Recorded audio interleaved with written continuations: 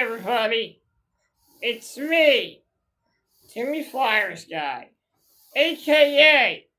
the Philly Underdog, a.k.a. the Philly Delight, a.k.a. full-time Flyers fan, coming at you with another episode of the Orange and Black Recap.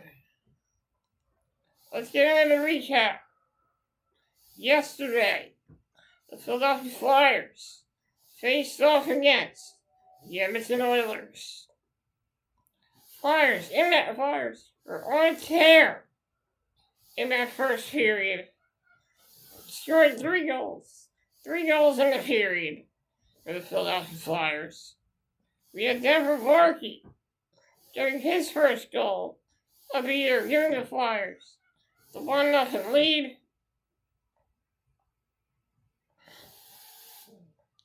Flyers are not done yet, as Travis Sanheim, the Canadian Olympic representative for Team Canada, gives the Flyers the 2-0 lead.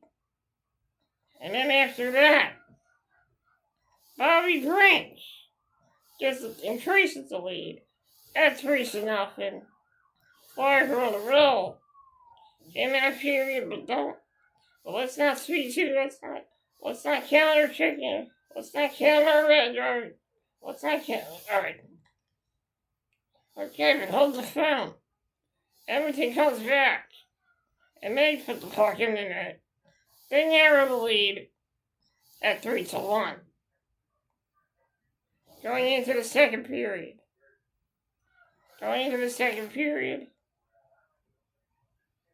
it turns into a 1-goal game in a second as the Edmonton Oilers got a goal on the power play.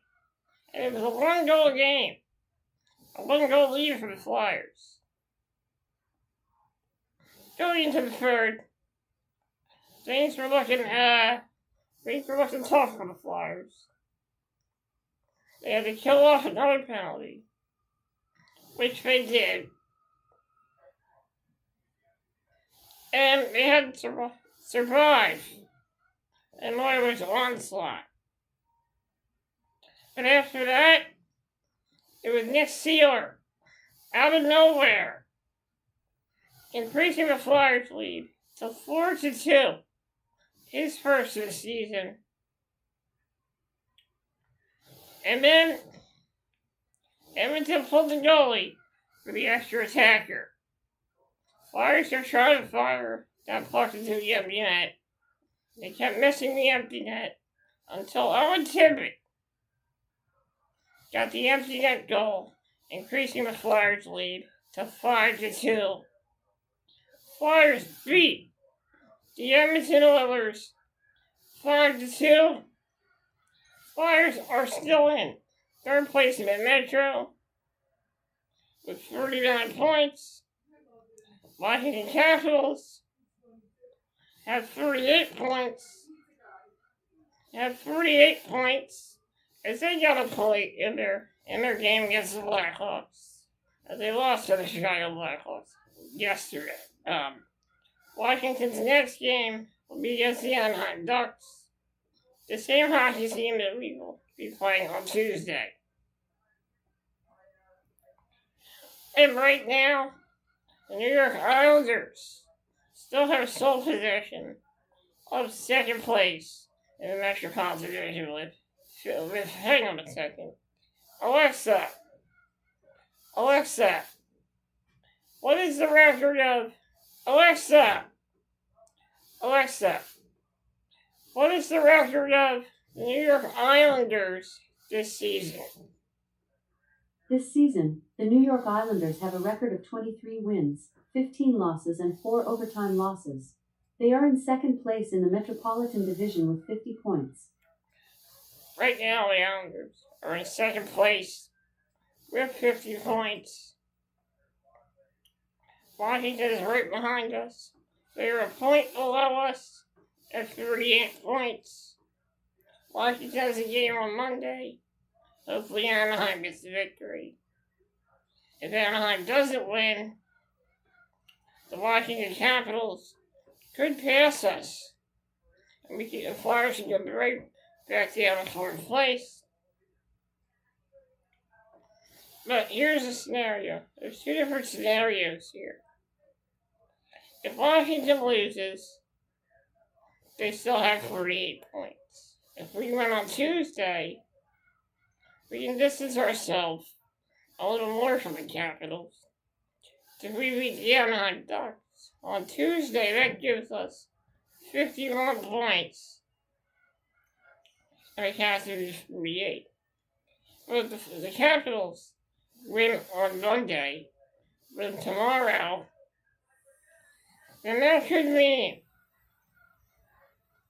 Washington passes us with 49 points, while the Washington Capitals have 51 points.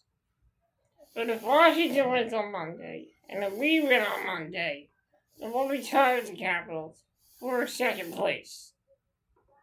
So that's the scenario right here, right now.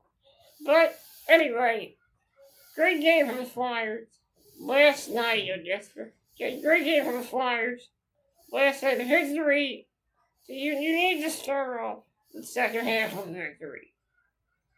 And that's a good start to the second half. Technically, they had a bad start against Calgary, but technically this is a good start to the second half of the season. This is when you need to really buckle down and win hockey games, because the second half of the season, it's always a grind for the Philadelphia Flyers. As you can see in the past 2 seasons, this Flyers team has had trouble with the second half of the season. It's been a weakness of theirs. But I think this is a different Philadelphia Flyers team. And I think they have a different mindset going into the second half of the season than they did 2 seasons ago. They did in the past 2 seasons. It's looking good right now. Hopefully the Capitals don't win. Even if we do go down to 4th place, we'll be in a wild card spot.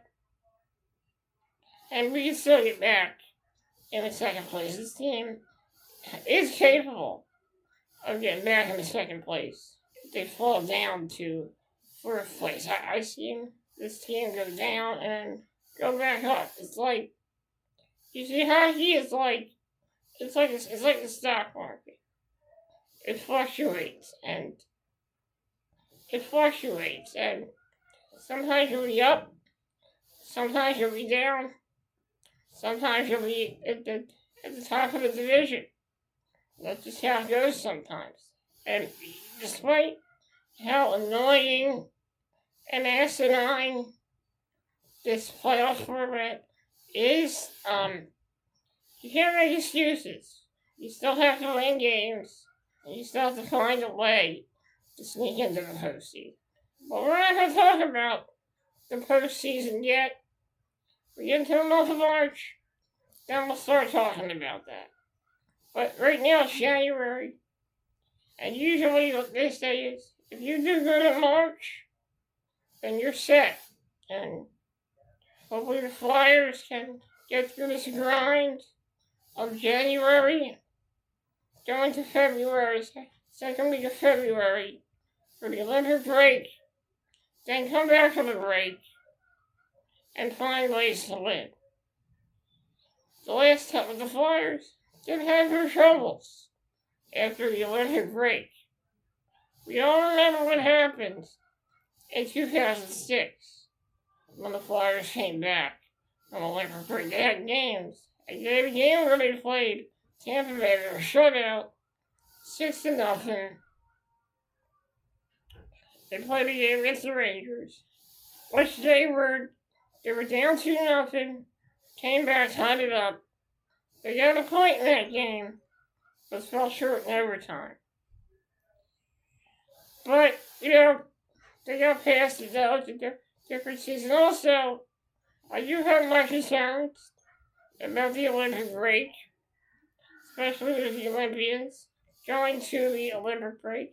We could see Travis Travis Sanheim was selected to go to the Olympics also. Rasmus Ristolainen for Team Finland. Well, Sanheim played for Team Canada. Rasmus Ristolainen for Team Finland. Dan Vladar for the Czech Republic, but I don't think Sam Eriksson is going to make it this year. His numbers have not been good this year. But Dan Vladar will play for the Czech Republic. Will play for the Czech Republic.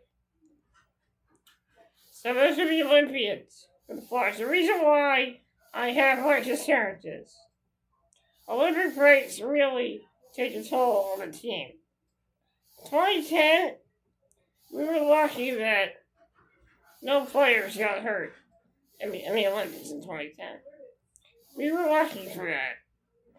2006, the only time a Flyer ever got injured in the Olympic break was 2006, when Simone Gagne suffered a knee injury due to a cheap shot by Darius Kasparaitis. That was in 2006. But it's not 2006 anymore. I do think this team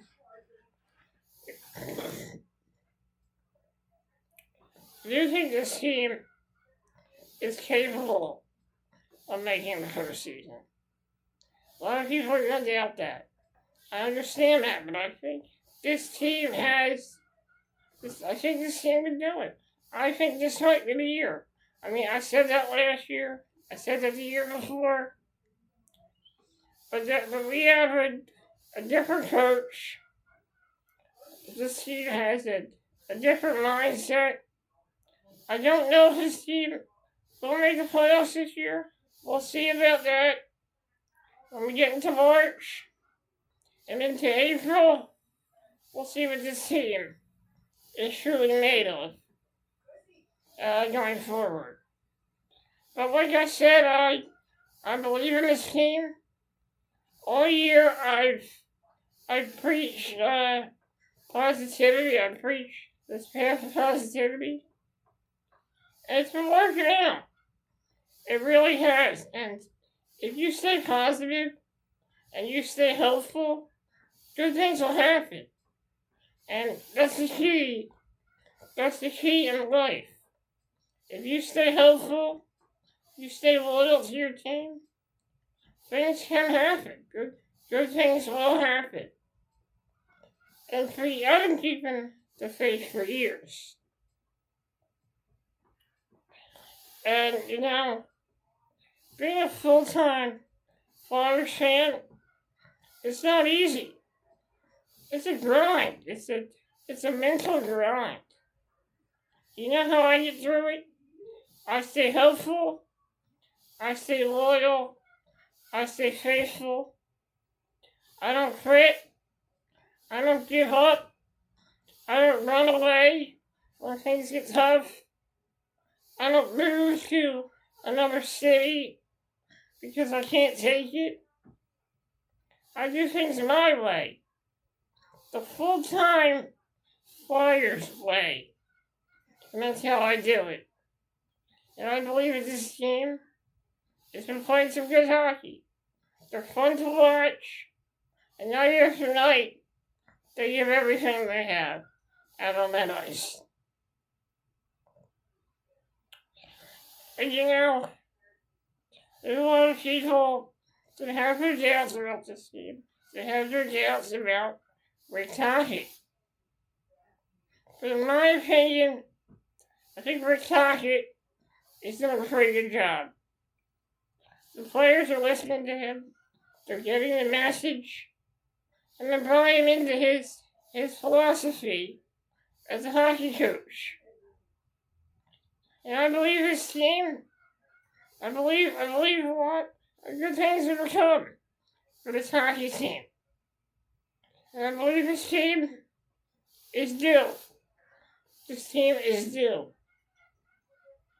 Last time this team made the playoffs, 2020. You know what happened?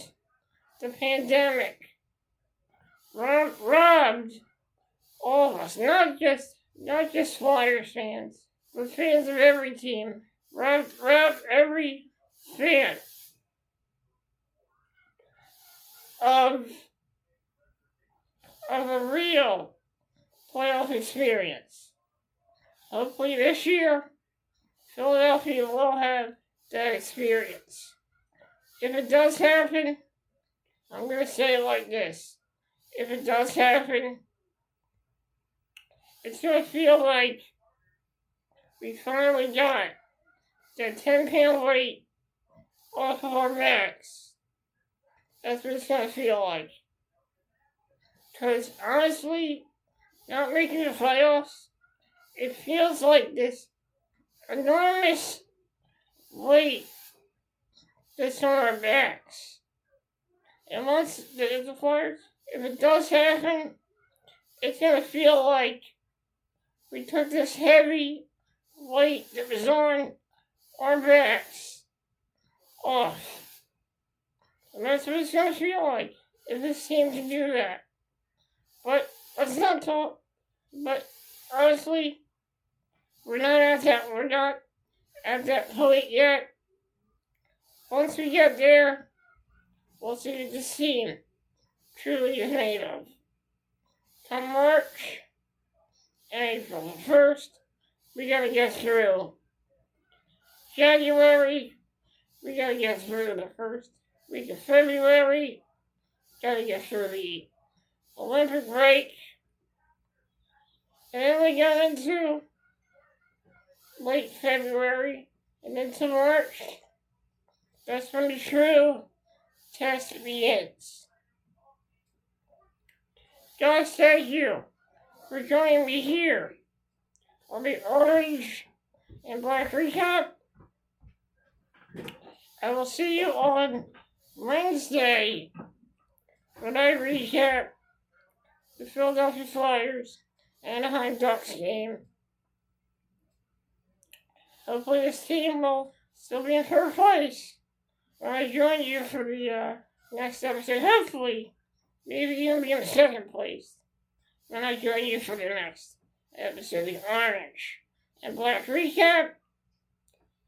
Guys, thank you for joining me. I'll have pregame coverage of that Anaheim game. That'll be on Flyers pregame report. Guys, I'll see you next time. Have a great day. And like always, let's go Flyers.